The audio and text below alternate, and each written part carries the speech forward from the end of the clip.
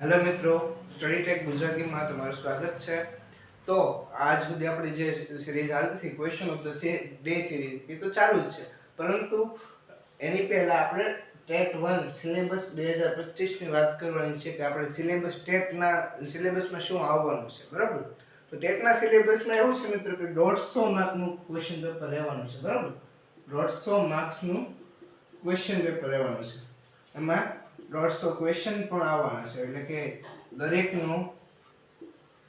દરેકના એક ગુણ રહેવાના છે, એક ગુણ, બરાબર? એમાંથી હવે આપણે માત્ર વાત છે નહીં કરવાની છે, ઇંગ્લિશના સિલેબસની વાત કરવાની છે. તો એમાંથી ઇંગ્લિશનો જે સિલેબસ છે, ઇંગ્લિશનો સિલેબસ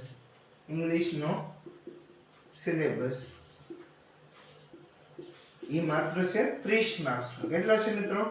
માત્ર ને માત્ર 30 માર્કનો છે. એમાં કયા કયા ટોપિક પૂછાશે? તો કે ભાઈ સિનોનિમ છે,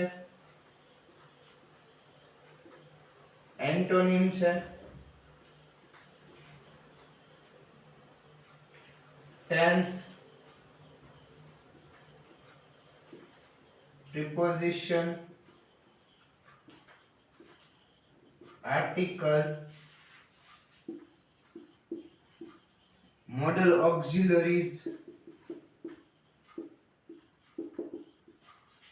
પછી ડાયરેક્ટ ઇનડાયરેક્ટ,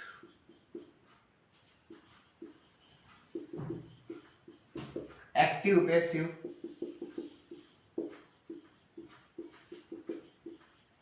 વોકેબ્યુલરી,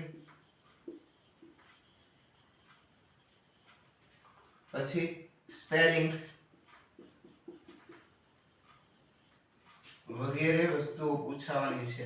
એટલે જો તમને એવું હજી ઓલું રહેતું હોય, મનમાં ડાઉટ રહેતો હોય અંગ્રેજીમાં પાક્કું શું કરવાનું, વાંચવાનું શું વાંચવાનું, કઈ એની તૈયારી કરવાની, તો આ બધા જે ટોપિક છે આની ઉપરની પ્રેક્ટિસ કરવાની. સિનોનિમ, એન્ટોનિમ જેટલા વાક્યો બને એટલે એમાંથી સિનોનિમના વાક્યોમાં જે શબ્દો છે એના પ્રેક્ટિસ કરતા રહેવું. ટેન્સ છે, ટેન્સના વાક્યોની પ્રેક્ટિસ કરો. ખાલી જગ્યા ડબલ ફિલર્સ વધારેમાં વધારે પૂછાવાની છે મિત્રો. વધારે ડબલ ફિલર્સ પૂછાશે. એટલે ટેન્સના બારામાં જોઈએ તો ડબલ ફિલર્સની તૈયારી કરવાની છે. એની ડબલ ફિલર્સ, બરાબર? ડબલ ફિલર્સની તૈયારી કરો. પ્રિપોઝિશન સૌથી વધારે મોસ્ટ આઈએમપી છે, મોસ્ટ આઈએમપી, બરાબર? પ્રિપોઝિશન દર વખતે વધારેમાં વધારે પૂછવામાં આવે છે મિત્રો. 2023 ની જે ટેટની પરીક્ષા હતી, ટેટ 1 ની જે પેપર ગયું છે એમાં પણ 5 માર્કના કે 4 માર્કના પ્રિપોઝિશન પૂછાયા હતા. એની પહેલા પણ 5 માર્કના પ્રિપોઝિશન પૂછાયા હતા. 2015 માં 18 માં પ્રિપોઝિશન સૌથી વધુ પૂછાય છે. આ આર્ટિકલ છે વધીમાં વધી 2 માર્ક્સમાં પૂછાય છે, બરાબર? 2 માર્ક્સના આવશે. મોડલ ઓક્સિલરીઝ એ આપણે વર્બ્સમાં ગણી લેવાનું છે, વર્બમાં, બરાબર? વર્બમાં ડાયરેક્ટ ઇનડાયરેક્ટ મેં તમને આ સિરીઝમાં આવે છે રીતે બે મેઇન વાક્યોના જે સિંગલ ક્વેશ્ચન કરાવ્યા છે, એવા અઘરા ક્વેશ્ચનની તૈયારી કરતા રહીએ, બરાબર? મેન તો શું છે, જો તમે કોમેન્ટ કરી દો કે ભાઈ અમારે આખી ડાયરેક્ટ ઇનડાયરેક્ટ શીખવી છે, કોમેન્ટ કરી દો અને હું તમારી માટે આખો લેક્ચર લઈને આવવાનો છું. A to Z direct indirect ના બધા જ નિયમો, વિધાન વાક્યથી લઈને શુભેચ્છા દર્શક વાક્ય સુધી બધું જ એક જ લેક્ચરમાં લઈને આવવાનો છું. જો તમે કોમેન્ટ કરી દો શીખવી હોય તો, બરાબર?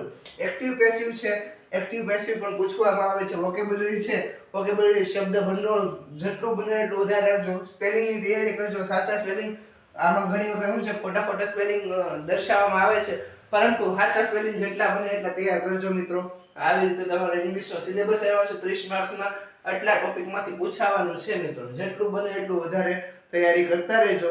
અને જો આ વિડીયો પસંદ આવે તો લાઈક કરો, શેર કરો અને સબસ્ક્રાઇબ કરો અમારી ચેનલને. ધન્યવાદ.